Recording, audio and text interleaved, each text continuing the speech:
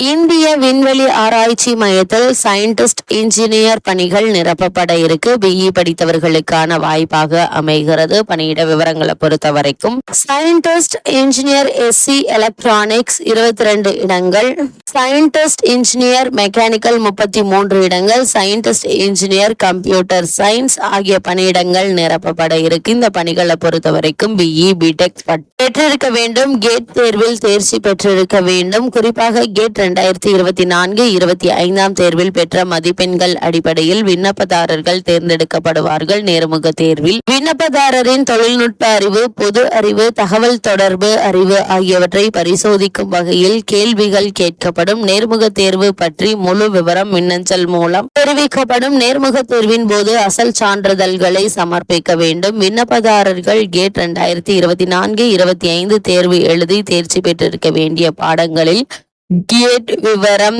இணையதளத்தில் கொடுக்கப்பட்டுள்ளது. எழுத்து தேர்வு அல்லது நேர்முக தேர்வுக்கான அழைப்பு கடிதத்தை இணையதளத்திலிருந்து பதிவிறக்கம் செய்து கொள்ளலாம். கட்டணம் ரூபாய் 250.